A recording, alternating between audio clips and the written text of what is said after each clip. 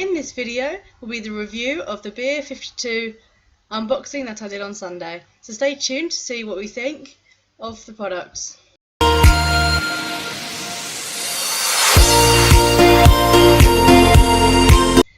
Welcome back to my channel, and today we'll be reviewing the box unboxing that I did on Sunday for Beer 52. That was quite fun to unbox because it was different. Really did enjoy that one. So today Brandon will be doing the review today, as he would be better off rather than me doing it, as I'm not a huge fan of beer in general, so I don't think I'd give the perfect review and the most accurate review, so he'll be doing it today. So yeah, we'll pass you over to Brandon to where he will be reviewing all the beers and we'll both be reviewing the crisps. So I hope you enjoy. If you are new to this channel, don't forget to subscribe and press the notification bell to see more of my content. So I'll pass you over. Right, we've got a 7% IPA from West 3 Brewing Company. From the description alone, it says it's a double dry hopped IPA with lactose and pineapple, which is a bit interesting. Never had a fruity beer before. So yeah, we'll crack this open and see what it tastes like.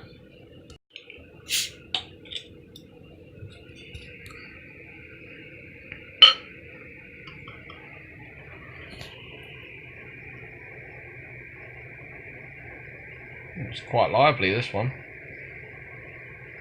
I can already smell the pineapple, so I'm looking forward to this. I reckon this is probably going to be quite fruity. It looks quite fruity, to be fair. Yeah. It's quite cloudy, but obviously you've got to wait for it to settle. As you can see, the colour change there. Yeah. Where it's more darker and denser on the top.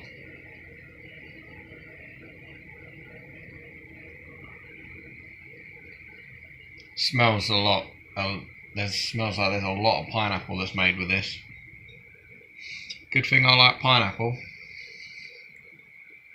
Right, let's give it a taste.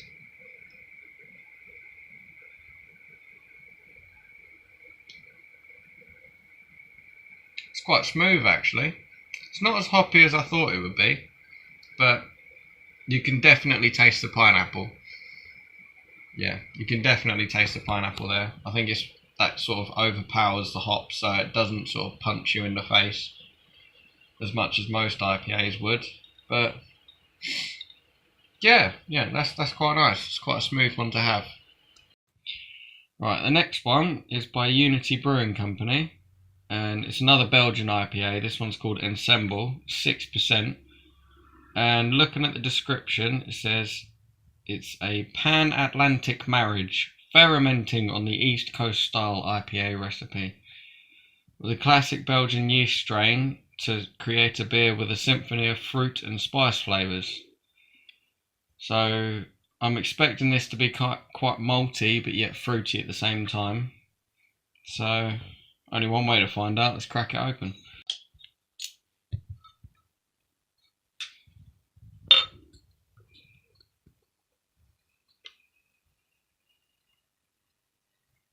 Almost looks like a lager.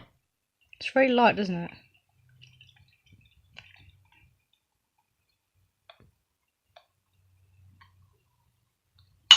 It's clear as anything.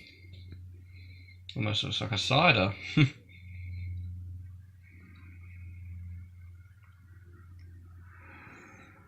Not really getting much from the smell. Bit of spice. Not really much from the smell, to be honest. I thought it'd be quite fruity, to be honest, but okay.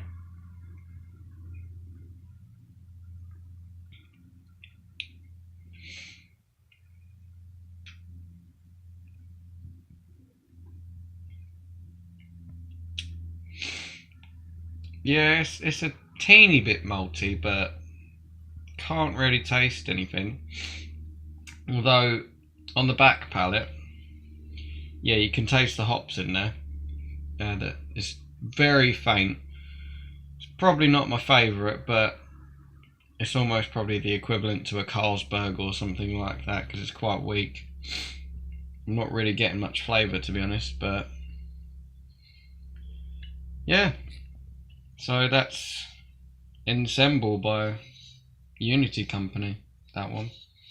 Okay, this next one is by Boxcar, I believe. Doesn't really say much about the company, apart from it's brewed in Edinburgh. And it's called Dorado and Citra IPA. I think there's not really a name tag on here or anything, so I'm going with that. I'm going to call it Dorado. Although a nice little touch is they've written all the hops, malts, and yeast on here. So the hops are Dorado and Citra. See where they got the name. The malts are Pilsner, oats, flaked wheat, and dextrin, and the yeast is East Coast Ale. And this is a 6.4% IPA, so judging by what's in it, I'm expecting it to be quite malty and bitter. But let's crack it open and let's see.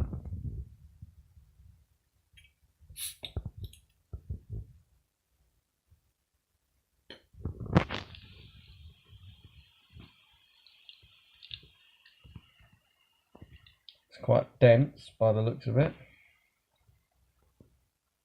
Okay, it's quite dense. I've let that sit for a bit. Let's have a little whiff.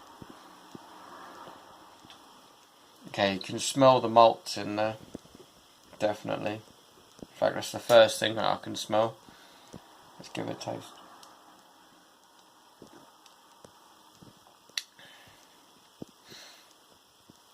Okay, on first glance it's quite bitter. Not as bitter as I thought it would be. Definitely not as bitter as the booklet said it would be. But you can taste the hops, definitely.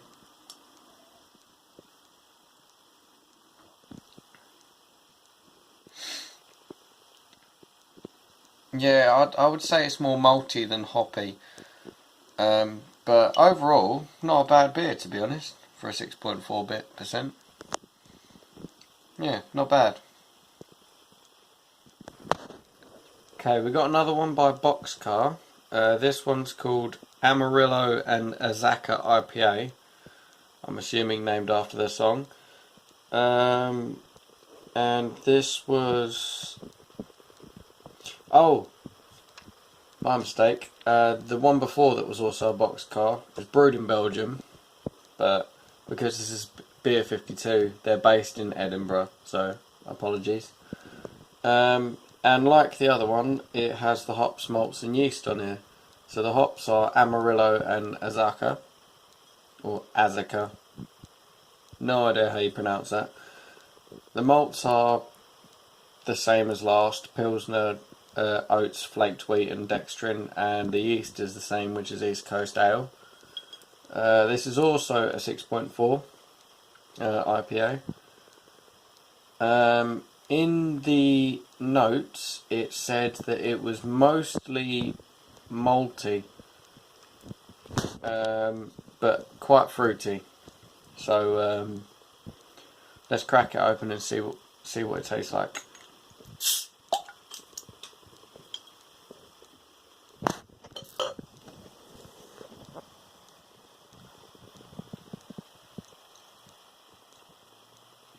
This one doesn't look as dense as the last one.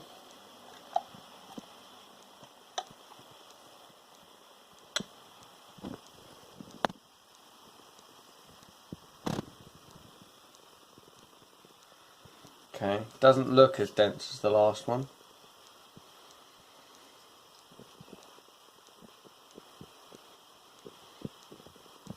Okay, you can smell a bit of fruit in there. Not as much as the pineapple one, but then again that one was entirely made with pineapples. You can smell the malt, definitely, but you can smell the fruit more than the malts. So let's give it a taste.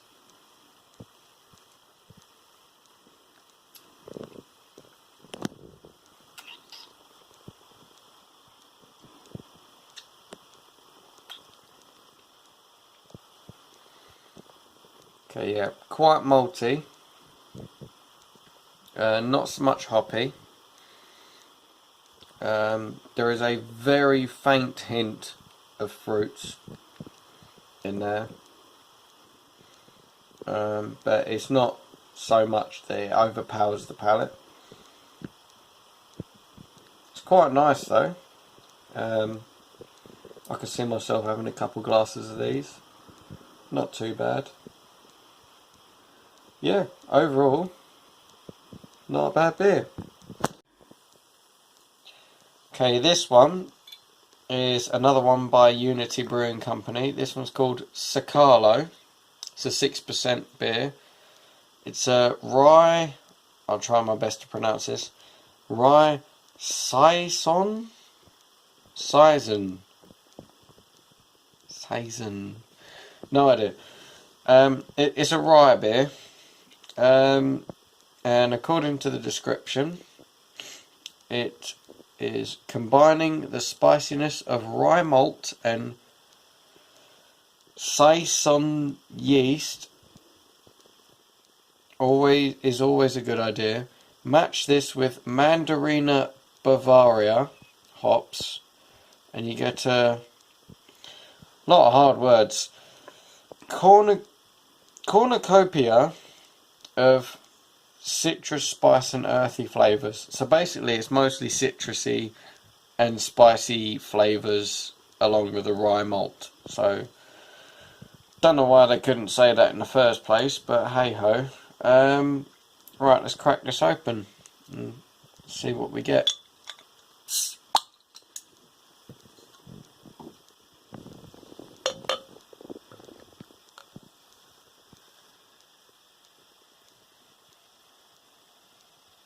Looks quite dense to start with, but it's clearing up, as you can see. See the bubbles rising. You can also see as it's still dense here, but it's clearing up here.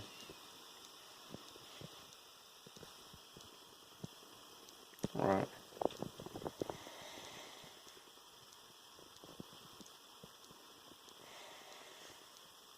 I'm not overly sure what that smells like, if I'm honest, but we'll give it a go.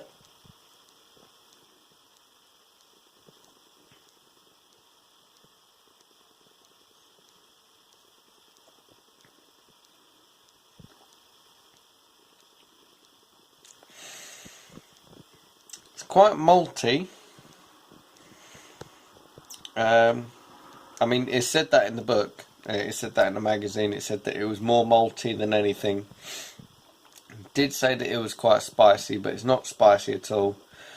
Well, at least I don't think so anyway, but it's quite a malty beer. Quite dense, so it's, you know, as if you was to drink a Guinness, it'd be quite thick and almost like a meal in its own. I imagine you could only really have a few of these because it would fill you up. But overall, I mean, it's quite lively in the bottle, but it's not a bad beer, if I'm honest. I mean, I'm not a huge fan of rye beers, but this one's a pretty good one. Okay, so the next one is another one by Boxcar. This one's called Nelson. I'm going to try and pronounce this. Nelson Salvin DDH Pale, which is a pale ale, I'm guessing. It's 5.6%, and again, like the other Boxcar ones, it says the hops, malts and yeast, but these ones are slightly different. The hops are Nelson Salvin, Citra and Mosaic. The malts are Pilsner, Oats, Flaked Wheat and Caragold. The yeast is Windsor and S04, whatever that is. Looking in the magazine that comes with the Beer 52 package of this month, it says that on the dial, that usually comes in the thing to say if it's malty or hoppy or whatever. This one is pretty hoppy, but fairly sweet as well. So I'm looking forward to this because I've got quite a sweet tooth. So let's crack it open and let's see.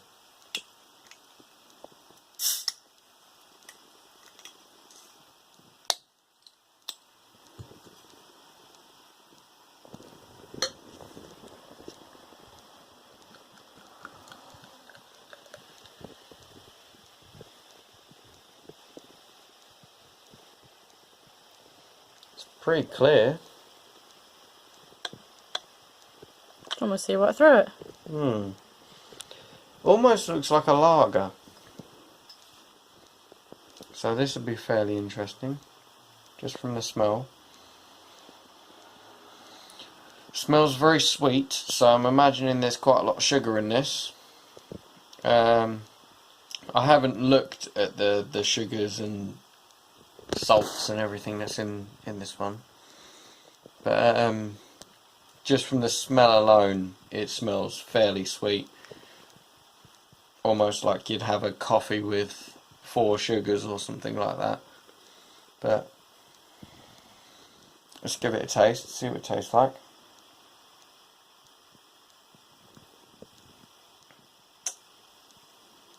Oh, that's quite sweet. Just from the straight off, that's quite sweet. On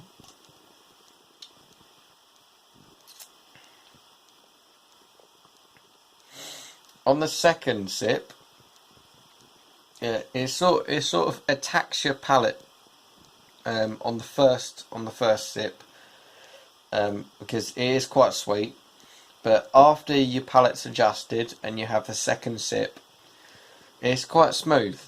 It's very smooth, and then you start to taste the malt that's in there. So you sort of the sweetness is first, and once you get past that, that's when you taste the hops and the malt. Because this one's fairly hoppy. There's quite a bit of malt in this as well. But I mean, it's only forgot to check. 5.6, so it's not a strong beer, not a strong beer at all, compared to the others anyway. I mean, normally, like compared to Kronenberg or something like that, it's a strong beer, because Kronenberg's only 5%, but compared to the ones that we've had earlier, it's a fairly strong beer. But it's fairly smooth on the second going down. I mean, it's sort of shocks your system a bit with the sweetness. It tastes very sugary, and then once you get past that, you start to actually taste the full flavours of the beer that it was made for. So far, I mean, out of the beers that I've tasted so far, this is probably my second favourite. So yeah. Right, thank you Brandon for the review. I'm now going to review the crisps. I know I've changed my outfit, but this is on it. I've recorded this little clip on a different day. This is the crisps I'll be trying. They're jalapeno and cheese. And I have some high hopes for this one. This should only be a quick review. I think they look quite nice. Here I go. Yeah, get the crisp.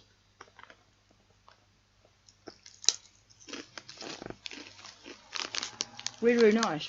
It's not too cheesy, but it's enough cheese for it not to be so overpowering.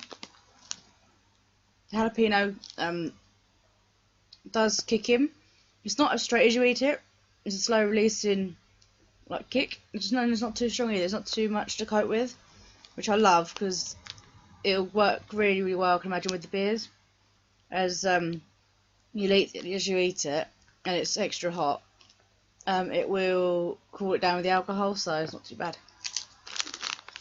I recommend buying these crisps generally, because the Max Strong ones are really nice. Although they're branded Max Strong, they're not in your face, they're not overpowering. They are literally, they are hot, but it's not too much that you can't cope.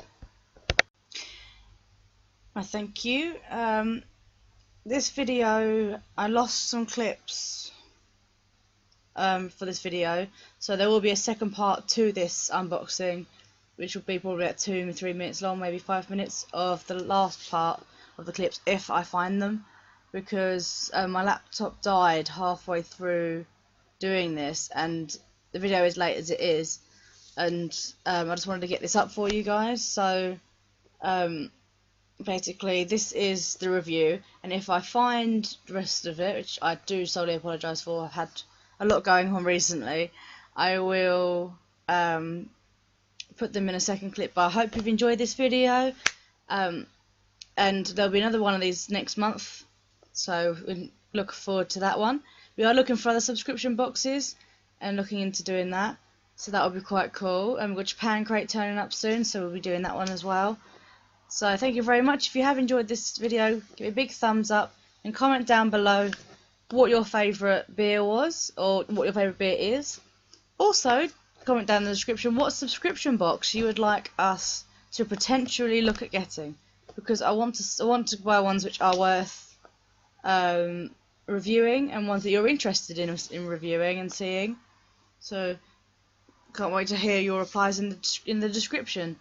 So don't forget to share this video as well as if you're not already, subscribe to my channel to see more of my content, and press that bell to be the first one notified for when I do upload. Thank you very much, and we'll see you soon.